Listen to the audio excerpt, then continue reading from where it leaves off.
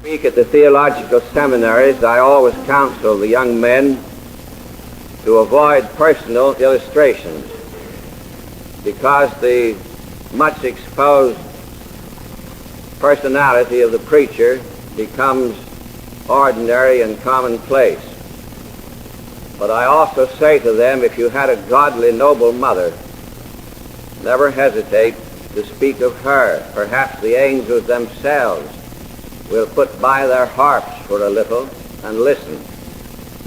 When my father finished at college and the theological seminary, he went abroad to Scotland to study. That was a rare thing then because it was almost 100 years ago. He went down to preach in a church in Rothsay on the Isle of Bute.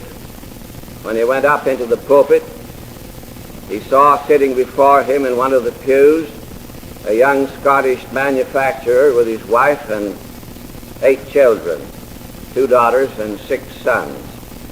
He did not know it at once, but he was looking into the face of his wife-to-be and his children. He brought her out to the little hamlet in Ohio where his church was and built a home for her on top of the only hill in the town, so that his bride would not feel so homesick for the hills and glens of Scotland. Their first child was a little girl, Irina. When she was about 4 years of age, they took her to Scotland to visit her grandparents. The big house was empty now, and they were so taken with the child that they persuaded her mother to leave her with them for the winter, promising that they would bring her out with them in the spring when they came to visit. But one day in that remote hamlet, the letter or cable came, Irina was gone. I have my mother's diary for that period, day after day, week after week, a blank. But at length, strength came to her, her faith conquered. Whenever I meet anyone who knew my mother, not many left now, the word they use is always the same. You had a wonderful mother. I didn't think much about it then, but I begin to understand now that that was one reason why she was that kind of a mother, that great sorrow through which she passed at the beginning of her married life. The portrait of that child hung over the mantel in our dining room. I can still see it so clearly as I see you now. The white dress with the lace trimmings, the blue sash, the golden hair. And I can see my mother, too, frequently standing under that portrait and looking wistfully up to it. And I can hear her say, my child, where art thou now?" That question is as universal as human nature, eternal as human history. Where is he? Generally speaking, there are 4 answers to that question. First, there is the answer of the materialist. Where is he? Why, he is nowhere. Earth to earth, ashes to ashes, dust to dust, and that's all. The second answer is the answer of science. The answer of science is silence, because science deals with the things that are seen. Of the things that are not seen, it knows nothing, and at present has no means of knowing anything. The third answer is that of the agnostic. You ask him, he says, "I do not know," but he says it with an accent which would imply that there is nothing to know. The idea of the agnostic is best expressed in those eloquent words spoken by Colonel Ingersoll by the grave of that little child. We do not know which is better, life or death, or whether the night here is not somewhere else the dawn. Every cradle asks us whence.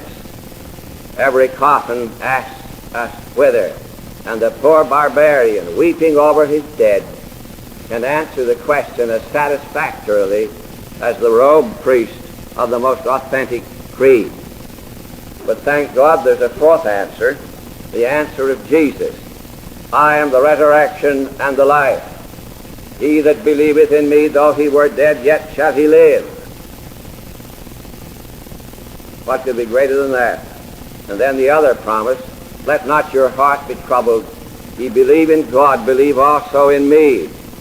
I go to prepare a place for you. And now comes the great phrase in that promise, if it were not so, I would have told you.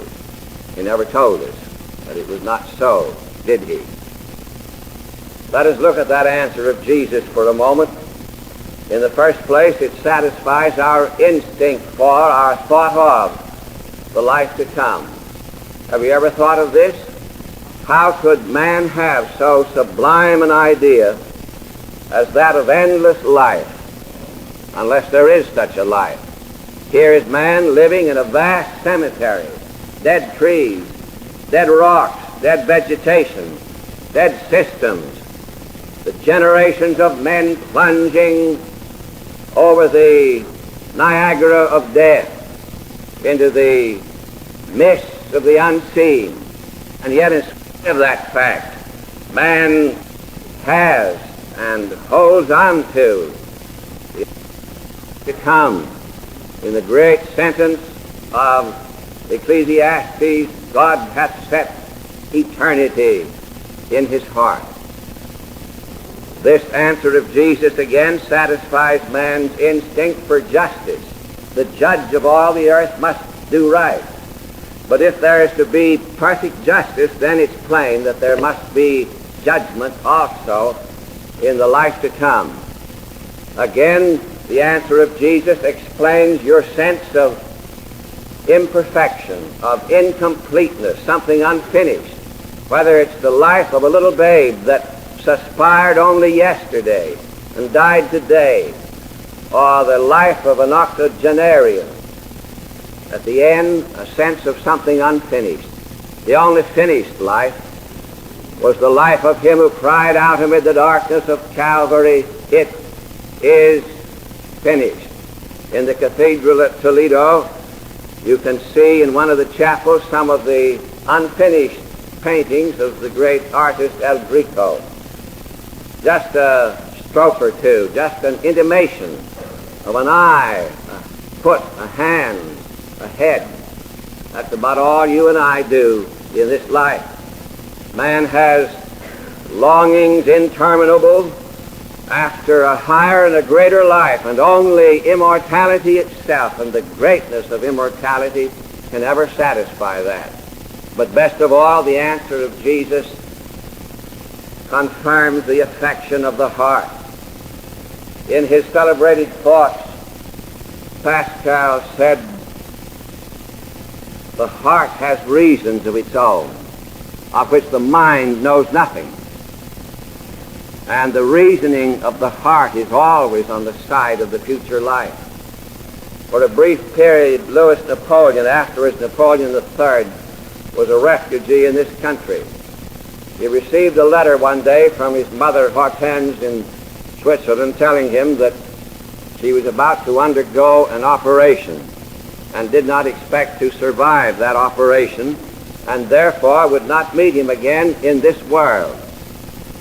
And then came another sentence, and that was the reason why he kept that letter in his wallet through the rest of his life, next to his heart, through the glories of the Third Empire and the thunders of Sudan, and down to his death in England. The sentence was this: but my son, have faith that we shall meet again.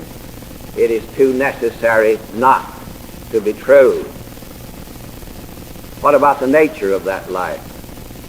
Sir Thomas Browne, in a famous book, The Religio Medici, the Religion of a Doctor, says that when we begin to talk about the future life, the nature of it, we're just like two infants in their mother's womb discussing the nature of this life. I do not feel that is a fair comparison. We're not unborn infants. We have had experience. We have hoped and loved and rejoiced and suffered and sinned and, I hope, repented. And we can have some idea of what would please us. in that life to come. Much that the Bible tells us about that life is on the negative side, what is not there. And that's not strange. And yet those great 5 no mores, how majestic a chord they strike. Hear them one after the other. There shall be no curse there, which means no more sin, because it's sin that brings the curse. There shall be no more sea there, no more separation or unrest of heart. There shall be no more pain there.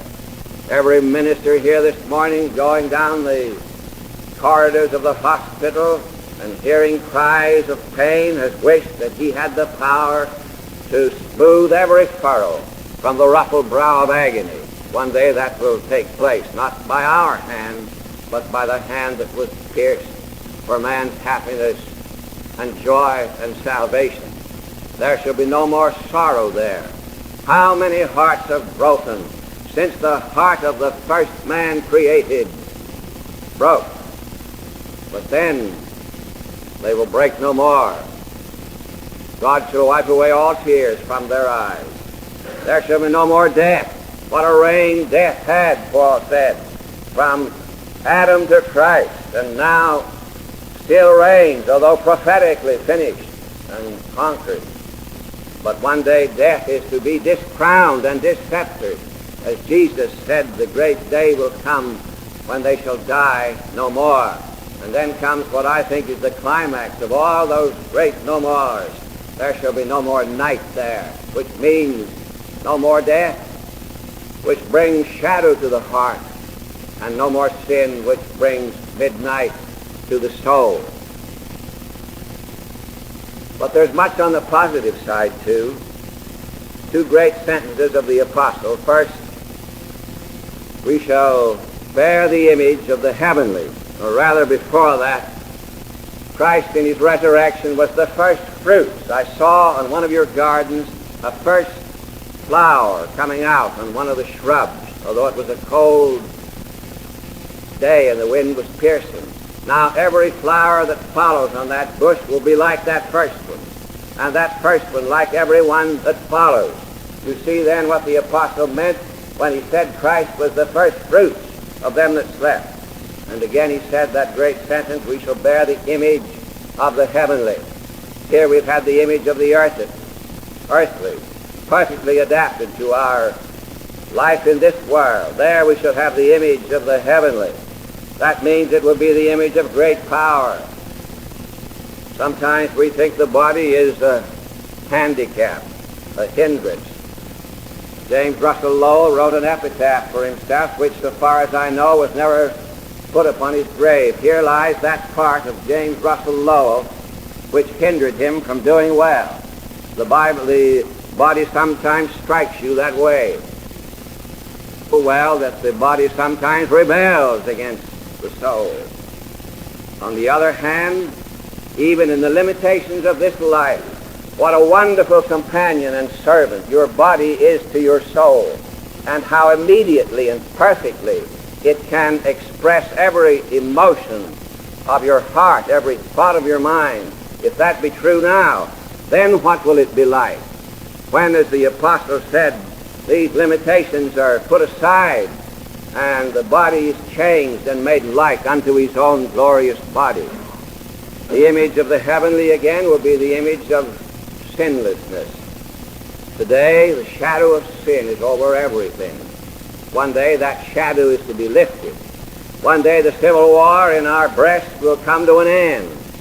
One day every evil spirit and desire shall be cast out, and man clothed and in his right mind, all that God had in mind when he said, let us make man in our image, shall sit at the feet of the Redeemer. Oh, if Jesus said the angels rejoice over one soul that repenteth and is saved, remember, he is thinking also of what they are saved to, as well as what they are saved from. The image of the heavenly will be the image of great achievement. What has Abraham been doing since they buried him by the side of Sarah in the cave of Machpelah? What has Moses been doing since they buried him on Nebo's lonely mountain? What has Paul been doing since the headsman's sword flashed that day outside the wall of Rome and Paul put on immortality? You'll have to leave the knowledge of that work and ministry yonder to the infinite resources of the infinite God. And last of all, the image of the heavenly will be the image of joy. You and I were created for joy. The morning stars sang together and shouted for joy when man was created. And Jesus said he came that our joy might be full. Now the joy of the heavenly life, a good part of it, after the beatific vision of Jesus, I'm sure will be the joy of meeting and seeing again those whom you have loved and lost a while. That is implied and inferred rather than directly taught in the Scriptures. And yet, Paul said, comforting those mourning Thessalonians who thought they would never see their friends again, if we believe that Jesus died and rose again, even so them also that sleep in Jesus will God bring with him. And at the very climax of his ministry, lest there should be doubt in anyone's mind, then or today, when that blood-stained robber turned to Jesus and said, "Remember me when thou comest into thy kingdom," Jesus gave his great answer, "Today shalt thou be with me in paradise." Thou and me, the persistence and the perdurance of personality. The medieval people had an old story about a brother Thomas who went out from the monastery one day to gather sticks for the kitchen fire. As he was gathering the sticks, a bird began to sing in the tree above him, and sang so sweetly that he threw down his bundle and listened, entranced. At length the bird finished her song and flew off. Brother Thomas picked up his bundle of faggots and went back to the monastery and pulled the bell at the gate. But when the custodian came, he would not admit him. "Brother Thomas, I never heard of you. I never saw you before." "Why," he said, "I went out just a half hour ago to gather these sticks for the kitchen fire." "No, I never saw you. But wait, I'll call one of the old monks." And a very venerable monk came forward and scrutinized him carefully and shook his head. "No, I never saw you before. But now I remember that when I came as a young novice to this monastery, there was a very old monk who said that one day a brother Thomas had gone out from the monastery to gather sticks for the fire and never came back. But that was 100 years ago. You see, so sweet was the song of that bird that listening to it for 100 years seemed to that monk just like half an hour. And so, my friends, it will be with the songs and the music of heaven, with those pleasures which are evermore at God's right hand. 100 years will seem just like a few minutes, and 1,000 years like a day. This is our great hope. As the converted slave dealer John Newton put it in his great hymn, Amazing Grace, when we've been there 10,000 years, bright shining as the sun, we've no less days to sing God's praise than when we first began. We may never meet again, perhaps together, as we are now in Wilmington or in this church. God grant that we may all meet together about our Father's throne in the heavenly kingdom.